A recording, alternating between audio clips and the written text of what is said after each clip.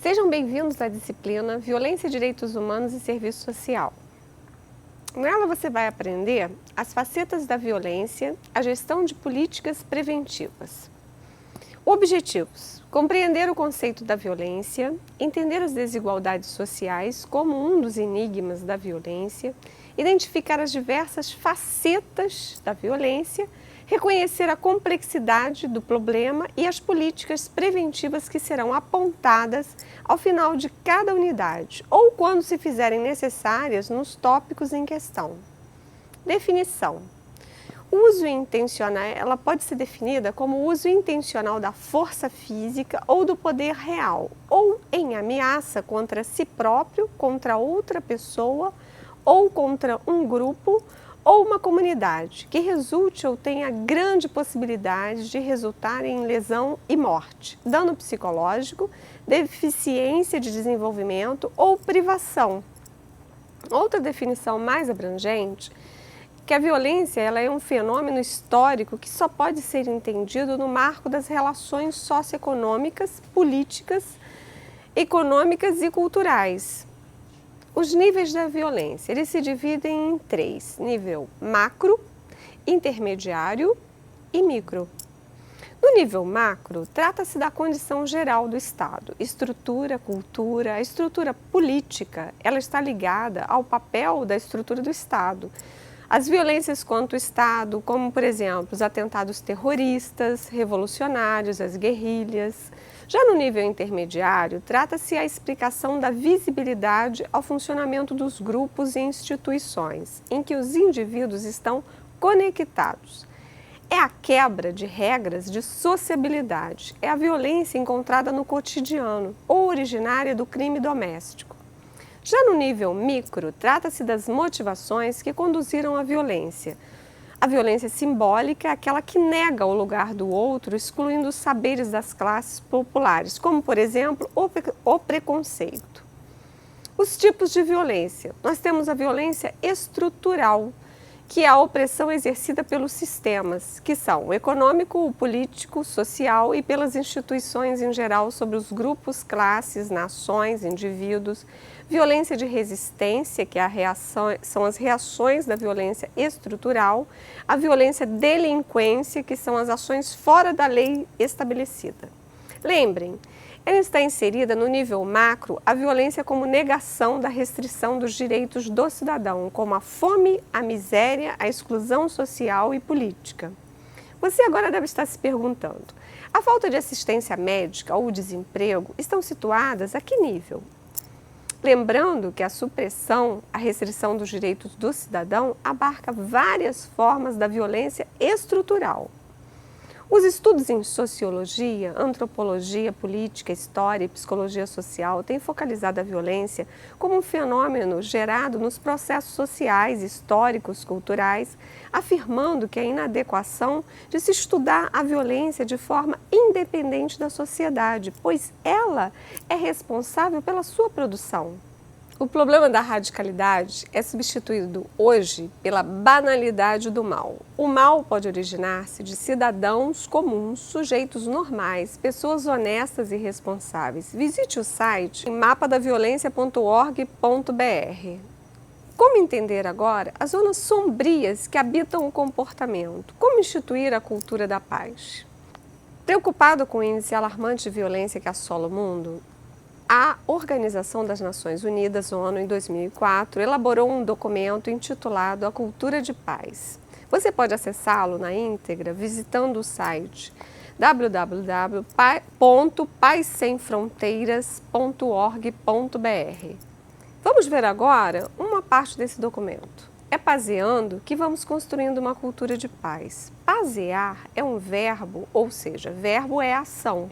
Pazear é promover ou estabelecer a paz ou harmonia. Esse é o slogan da Paz Sem Fronteira, todos fundamentados nos ensinamentos e vivências de Gandhi e pelos heróis pacifistas. Políticas preventivas da violência. O poder público, com a promulgação do Estatuto da Criança e do Adolescente, do ECA, em 1990, com a criação dos Conselhos Municipais dos Direitos da Criança e do Adolescente, detém prerrogativas de elaborar políticas públicas. como o Conselho Tutelar, que é o responsável pelo cumprimento do ECA, entre outros. Os projetos sociais, eles também funcionam como preventivos, protagonizados pela administração pública, pelo terceiro setor. São as ONGs, com os grupos organizados que começam a surgir a partir da década de 1980, com novos canais de comunicação e formas de diálogos entre os movimentos sociais e o Estado.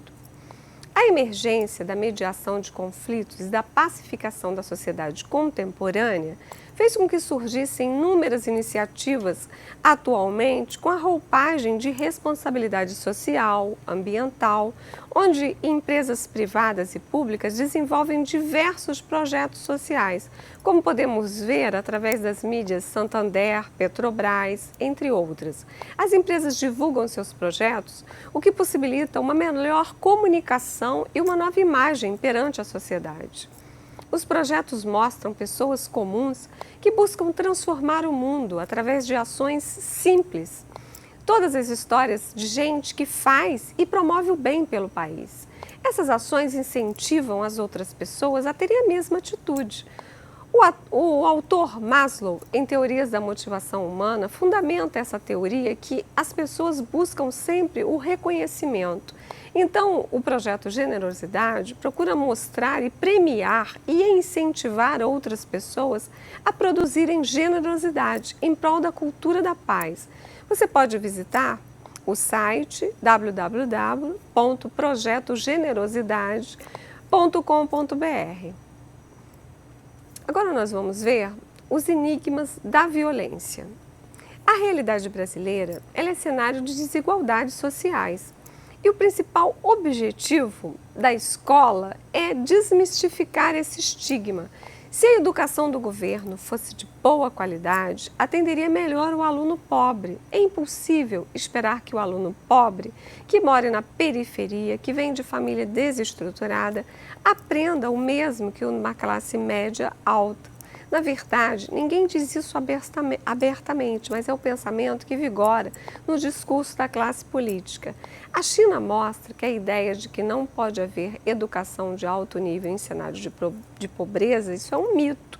A província chinesa de Xangai, que tem um nível de renda per capita muito parecido com o brasileiro, alcançou o índice mais alto em todas as disciplinas estudadas, enquanto o Brasil não ficou nem entre os 50. Isso foi publicado num artigo da revista Veja. No interior do Pará, segundo relatado no Globo Repórter e revista Veja, o Estado escolheu investir na educação para reagir à violência, considerando que através da escola o aluno desenvolve vínculos sociais, transmissão de valores, disciplina, adesão às normas comuns de conduta socialmente aceitas. Na verdade, a escola funciona como fator de proteção, de inclusão, de acolhimento e a possibilidade de transformação social. Em seu livro-texto, essa questão está mais detalhada. Convido a realizar a leitura. Outro fator importante que todos devem saber, que todo cidadão deveria saber qual a qualidade da escola que seu filho frequenta, através do Índice de Desenvolvimento Educacional Básico, que é o IDEB, da escola, que deveria ser colocado com visibilidade na porta da escola. Não adianta um prédio bonito, com boas instalações, isso não é sinal de qualidade de ensino. No seu livro-texto e no AVA, você encontrará links para vídeos e reportagens que abordam a educação inclusiva na Espanha e Finlândia como forma de prevenção da violência e melhoria da qualidade de vida. Agora vamos abordar a violência doméstica, que é a violência contra mulheres que toma proporções epidêmicas, segundo a Unesco. Segundo o dado dessa entidade, uma em cada 3 mulheres no mundo foi objeto de violência física, manteve relações sexuais forçadas ou foi vítima de maus tratos em sua vida. No Brasil, 23% das mulheres brasileiras estão sujeitas à violência doméstica. A cada 4 minutos, uma mulher é agredida por seu parceiro. 70% dos crimes acontecem dentro de casa e o agressor é o próprio marido, namorado ou companheiro. Mais de 40% resultam em lesões corporais graves, queimaduras, espancamentos e até estrangulamentos. No Brasil, o assassinato de mulheres era legítimo antes da República. Segundo relação sexual da mulher, fora do casamento, constituiria adultério, que pelo livro 5º das Ordenações Filipinas dava permissão para que o marido matasse a ambos. O Código Criminal de 1830 atenuava o homicídio praticado pelo marido quando houvesse adultério. Observe, se o marido mantivesse relação constante com outra mulher, essa situação se constituía concubinato e não adultério. Posteriormente, o Código Civil de 1916 alterou essa disposição, considerando que o adultério de ambos os cônjuges razão para o desquite. Mulheres de classe média e alta, graças ao acesso à educação e ao trabalho remunerado, adquiriram maior poder econômico e passaram a protestar a tirania dos homens. As questões como casamento, infidelidade, brutalidade, abandono foram temas debatidos entre escritoras, jornalistas, feministas dos anos de 1920. Antes dessa época, devido às famílias conservadoras da burguesia, afirmava-se que o trabalho feminino remunerado provocava a desagregação da família. Daí o Estado ter incluído o Código Civil de 1916 para proteger a família, mesmo a pobre, que a mulher devia ter autorização do marido até para poder trabalhar. Já em 1976, um crime bárbaro acontece que choca a opinião pública. Quando a socialite Ângela Diniz foi morta por Dock Street, seu companheiro. A libertação do assassino provocou uma revolta entre as mulheres que se organizaram em torno de um lema chamado "Quem ama, não mata". Pela segunda vez na história brasileira, repudiava-se publicamente que o amor justificasse um crime. O caso teve grande repercussão não só no Brasil, mas também no exterior, devido à pressão popular que acompanhou o julgamento. Depois de vários movimentos urbanos, denúncias de desigualdades de classes específicos contra mulheres, como o direito à vida, à sexualidade, à contracepção, à igualdade de salários e à saúde. O principal movimento em prol da liberdade recebeu o nome de feminista e tinha objetivo central a transformação da situação da mulher na sociedade. Entretanto, esse movimento contribuiu para a inclusão do tema na agenda pública como das desigualdades a serem superadas.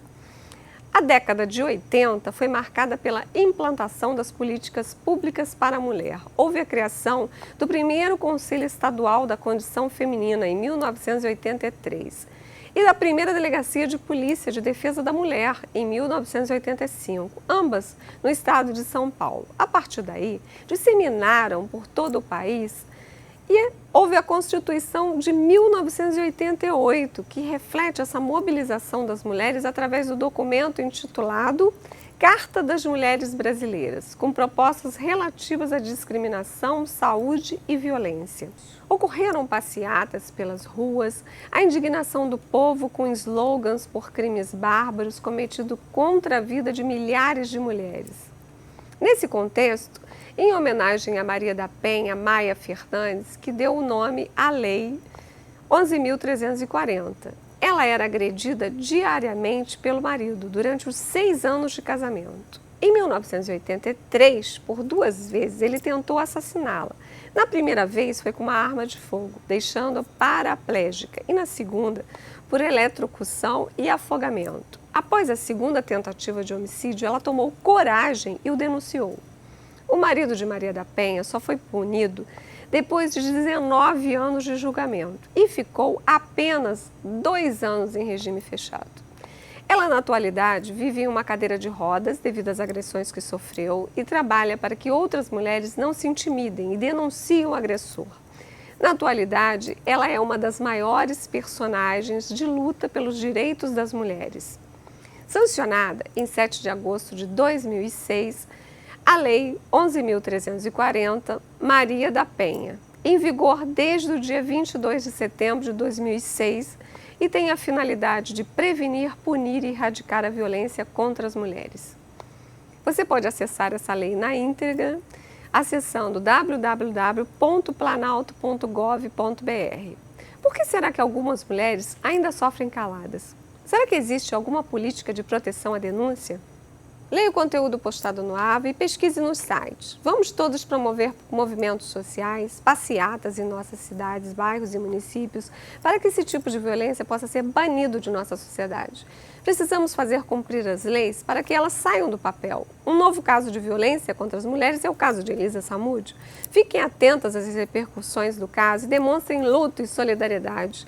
Há mais um dos muitos casos de violências que ocorreram no Brasil. Aguardo vocês, participem do fórum de discussão.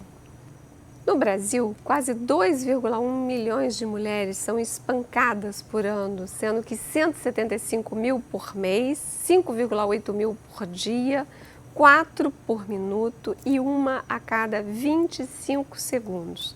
O Banco Interamericano de Desenvolvimento estimou que o custo total da violência doméstica oscila entre 1,6% e 2% do PIB de um país. A ministra do Tribunal Superior de Justiça, Eliana Calmon, afirmou que por ano o Brasil perde 10% do seu produto interno bruto, o PIB, com a violência cometida contra a mulher, sendo justificável esse custo ao sistema de saúde, porque a mulher vai para o posto para se tratar e os custos são gerados com a parte policial e judicial. Também há o custo da licença médica, porque essa mulher tem que se afastar do trabalho por um tempo. No mundo, 1 a cada 5 dias de absenteísmo ao trabalho é decorrente de violência sofrida nos lares. Isso quem afirmou foi a ministra Eliana Calmon durante a sessão especial com o tema A Lei Maria da Penha e sua aplicabilidade. Lembrem, o Estado ele é responsável por produzir documentos internacionais para coibir e proibir toda e qualquer forma de violência e discriminação contra a mulher, como também produzir políticas preventivas de controle e acolhimento às denúncias visando a garantia dos direitos civis. Esses direitos só são realmente validados quando a opinião pública faz pressão. Por isso, a importância dos movimentos sociais para a validação desses direitos. A pobreza, engendrada pela violência estrutural, articula-se a violência contra a mulher. Mais de 1 bilhão de pessoas da população mundial se encontram em extrema condição de pobreza e 70% são mulheres. Infelizmente, no Brasil, há falta de dados estatísticos suficientes para que sejam realizadas essas análises. Outra informação relevante, segundo a Organização Mundial de Saúde, quanto maior o nível educacional, menor o número de casos de violência. Acredita-se que a educação possa ter um efeito protetor, oferecendo maior autonomia. Atenção, uma ligação pode salvar uma vida humana. Ligue 180 para a Central de Atendimento da Mulher de qualquer lugar do Brasil e a qualquer hora. Você poderá obter orientações. Juntos, por um Brasil livre da violência doméstica. Denuncie, faça a sua parte. Finalizamos a unidade 1. Agora aprofunde seus estudos, lendo seu material impresso, pesquisando na internet, fazendo as leituras complementares sugeridas, como também lembre de participar das atividades propostas em seu ambiente de aprendizagem. E sempre que necessário, interaja com a nossa equipe de EAD para sanar suas dúvidas. Estamos aqui para ajudá-los.